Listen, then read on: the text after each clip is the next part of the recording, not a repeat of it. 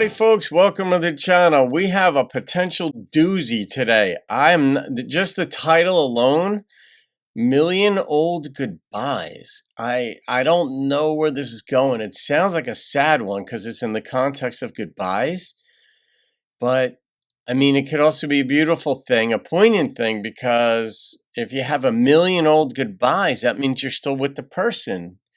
Or at least you had a long, happy life with that person. I don't know. It's Mel Tillis, and it's a gift request from Kyle Perkins. So, Kyle, thank you for this thing that's already got me wondering where in the heck we're going. But thank you for the gift and for where we're going. And if you guys want to know how to make a gift to the channel and how it works, it's pretty simple. It's in the description box below, but it's 25 bucks, Venmo or PayPal, and I get the reaction up 95% of the time within 1 day. Occasionally, it'll be 2 days later, but it's always within 48 hours. Let's put it that way. But by and large, sometimes it's even that same day, depending on when the gift requests come in and such. But Kyle made a gift for me to do this one, so we're getting after it. And I react to non-pop country music on the channel. If you're new here, and Mel Tillis is absolutely non-pop country. Traditional country is predominantly what I react to. So I don't know the song. We're going to see what it is. Piano poignant.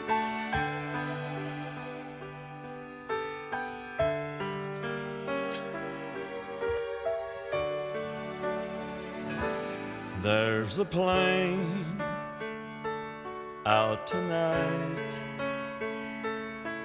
and I swear to you I'm gonna take that flight. Please don't come to see me cry. You've seen it in a million old goodbyes. There was me, there was you. There never was an us to hook on to. Oh. There were times we touched the sky, long before a million old goodbyes. Breaking up sometimes is more loving than the staying up. Ooh. Crying nights and planning how to plan. No. We can't blow past a line like that I've never heard before. Never. I never even thought of it before. Breaking up is sometimes more loving than like the staying together. Jesus, there's a lot to unpack in that thing. Whoa. Patch it up, knowing it was something needing giving up. It was good, it was fine. We played out this ending many times. We can say that we tried, way beyond a million old goodbyes. How are there a million? Breaking up sometimes is more loving than the staying up. Crying nights and planning how to patch it up, knowing it was something needing giving up. That was a brilliant rhyme scheme. There's the plane out tonight, and I swear to you I'm gonna take that flight. We can say that we tried, way beyond a million old goodbyes, way beyond a million old goodbyes. I don't know who wrote that. That person could be a life coach.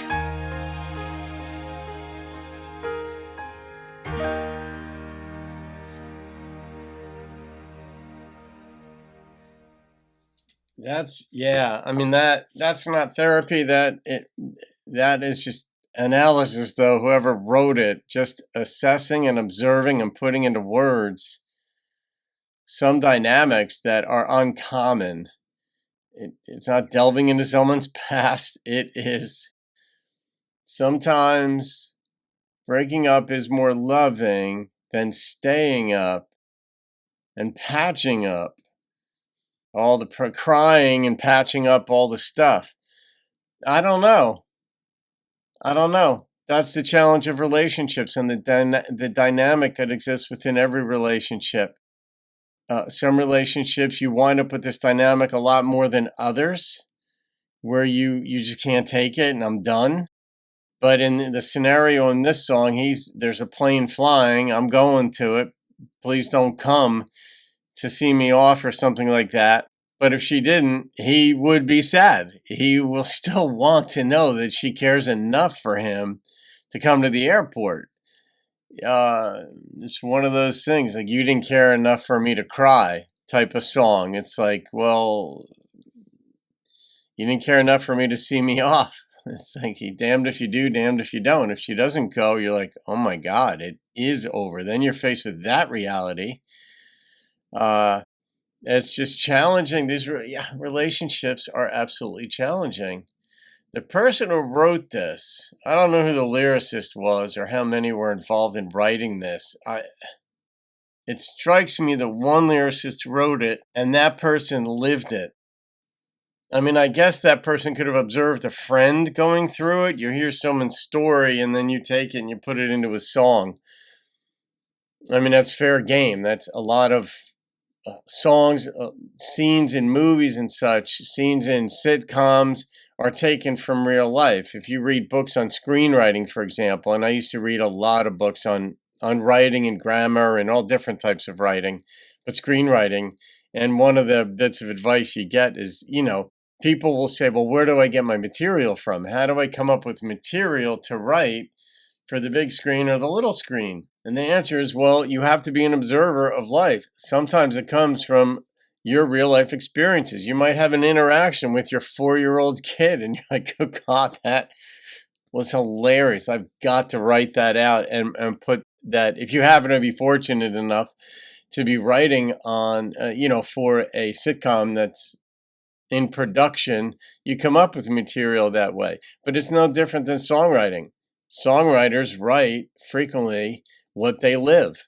Not always, though. I mean, some songs are just generic and made up, and you have a certain idea that you want to put out there, a certain way of looking at love or relationships, but not a real relationship, but just what they're about and why you personally are happy or sad or thinking or feeling whatever it is. Then other times you get those songs that are about their relationship. They may not say it, and it may not be a Taylor Swift type thing where she throws someone under the bus because you're upset that the relationship broke up and it wasn't you that was screwed up. It's always the other person.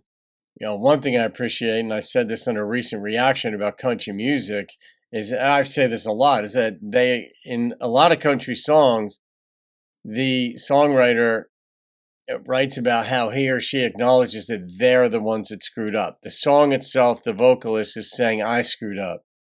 I cheated. I did this. I did that. Instead of throwing shade at the other one, throwing blame at the other one. But that's out of real life. That's from real life. And this strikes me as like, I don't see this being able to even be a fictionalized account. I don't know. Maybe it was. Maybe somebody was studying a psychology course or philosophy course or something, and this idea popped into their head. But there are just some ideas in here that were otherworldly.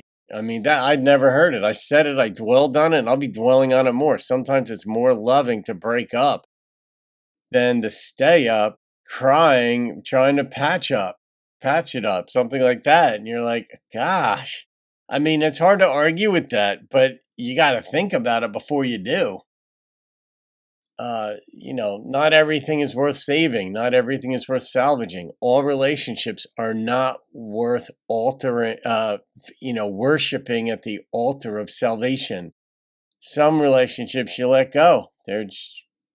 It's just you only have so much energy in a day, week, month, and in your lifetime, and not all of it is well spent constantly trying to repair things. Sometimes it's just I'll go my way. We'll deal with the pain, the regret, the memories, and move on. Create new memories with someone else or some other circumstance. So, yeah, Kyle, boy, that one got me going. Man, that's why I love traditional too, because you get the tempo in them frequently to where you could process what's going on and think about them, feel about superimpose your life into the narrative too to see if it fits, to see if there's a correlation, a connection, or at any point, sometimes you might be like, oh yeah, that's why that high school relationship didn't work.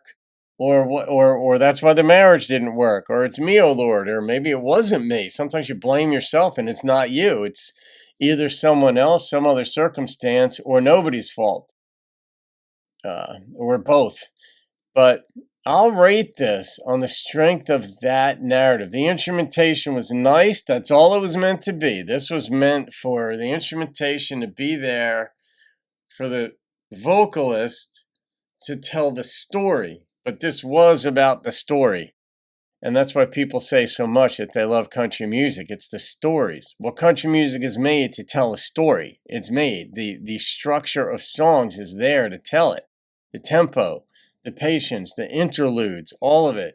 It's about humanity. So the good and the bad. The number that popped into my head, Kyle, is a 9.2. It's all in the strength of the writing. The singing was nice. Mel has a beautiful voice, but this was the storyline. The credit in this one goes to the lyricist. So there it is. All right, guys, I hope you enjoy that. Leave your comments. I read them. Have a great day. I'll see you on another video. Keep rocking the country.